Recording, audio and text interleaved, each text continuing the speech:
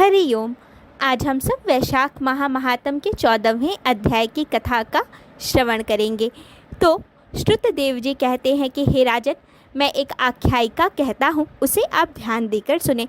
प्राचीन काल में गोदावरी नदी के तीर पर दुर्वासा ऋषि के 2 शिष्य सत्यनिष्ठ और तपोनिष्ठ वास करते थे। वे दोनों परमहंस थे और सदैव अपने धर्म में तत्पर रहते थे। उसमें से सत्यनिष्ठ सदैव भगवान विष्णु की कथा में लीन रहता था। वे जहाँ भी कथा होती तो अपने समस्त कार्यों को छोड़कर कथा सुनने चला जाता था, और जहाँ कोई कथा करने वाला ना होता तो वहाँ स्वयं ही वह कथा करने लगता, और जब कोई सुनाता तो उसे ध्यानपूर्वक सुनता था। तो वे दोनों बड़े ही पुण्यात्मा थे और गुफा में निवास करते थे, और वे सदैव धर्म के कार्यों को किया करते थे और भिक्षाटन करके जीवन यापन करते थे। बिना कथा सुने सत्यनिष्ठ अन्न ग्रहण नहीं करता था। रोग हो जाने पर भी वह अपने घर में ही अवश्य ही कथा करता अथवा कथा सुनता था।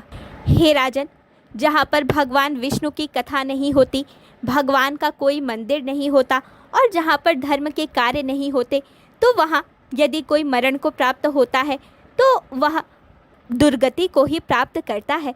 तो इस प्रकार वह सत्यनिष्ठ नाम का ब्रह्मचारी सदैव भगवान विष्णु का ही स्मरण किया करता था और उससे बढ़कर दूसरा कुछ भी नहीं मानता था। और दूसरा जो तपोनिष्ठ नाम का ऋषि था, उसकी श्रद्धा बुरे कर्मों में रहती थी। वह न तो स्वयं कथा सुनता था और न सुनाता ही था। कथा बाची जाती रहते तीर्थ स्नान के लिए चला जाता था। हे भूमिपाल, तीर्थ में होती हुई कथा को भी वह नहीं सुनता था। तो इस प्रकार वह जो तपोनिष्ठ था, तो उसने ना तो कभी भगवान की कथा सुनी और न कभी भगवान का यशोगान ही किया। तो उसके इसी पाप के कारण जब वह मृत्यु को प्राप्त हुआ तो वह शमी वृक्ष के ऊपर क्षीर्ण कर्ण नाम का बलवान पिशाच हुआ। वह आश्रय और आहार रहित था, उसके कंठ और तालु सूखे थे। इस प्रकार से दुखी रहकर उसके दिव्य 10,000 वर्ष बीते।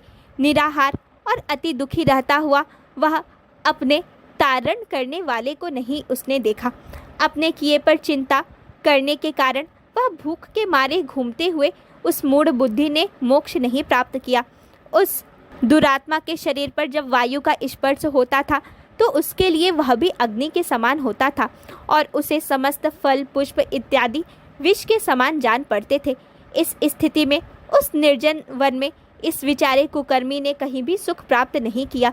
कथा से रहित तथा साधुओं से त्याग किए हुए इस क्षेत्र में जहाँ वह रहता, वहाँ पैठोनसी नाम पुरी में दैव योग से सत्यनिष्ठ नाम के मुनि ने मार्ग में जाते हुए उस क्षीर्ण कर्ण को रोते हुए और क्षुधा से पीड़ित देखा। उसे देखकर उन्होंने पूछा कि तुम कौन हो? भय मत करो, तुम्हारी किस कारण से यह दशा हुई है वह सब मुझे बताओ। तब उसने बताया कि मैं दुर्वासा ऋषि का तपोनिष्ठ नाम का शिष्य हूँ, ब्रह्मेश्वर क्षेत्र का रहने वाला। मैंने कभी भी भगवान की कथा का सत्कार नहीं किया, अपितु सदैव अपमान ही किया। मैंने कभी भगवान की कथा ना तो सुनी और ना ही कही। इसी कर्म के परिणाम में मैंने दुर्गति को प्राप्त किया है, अतः अब आप मेरी रक्षा करें। ऐसा कहता हुआ वह पृथ्वी पर गिर पड़ा। तब महात्मा सत्यनिष्ठ ने कृपा कर अपने हाथों से उसे उठाया और अपना वैशाख माह में किया हुआ पुण्य भी उसे दिया। उसके प्रभाव से उसके संपूर्ण पाप तुरंत ही नष्ट हो गए। पिशाच का शरीर छोड़कर वह दिव्य शरीरधारी हो गया। उस महामुनि को प्रणाम करके वह विमान पर चढ़कर भगवान के लोक को चला गया।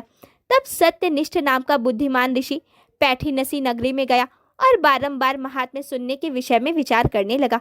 श्रुतदेव जी ने कहा कि जहाँ शुभ फल देने वाली और पुण्य करने वाली भगवान की दिव्य कथा होती है, वहीं पर सब तीर्थ और पुण्य क्षेत्र आ जाते हैं। जहाँ पापों को हरने वाली पुण्य देने वाली भगवान विष्णु की शुभ कथा होती है, उस देशवासियों के हाथों में मुक्ति रहती है, इसमें कोई संदेह नहीं।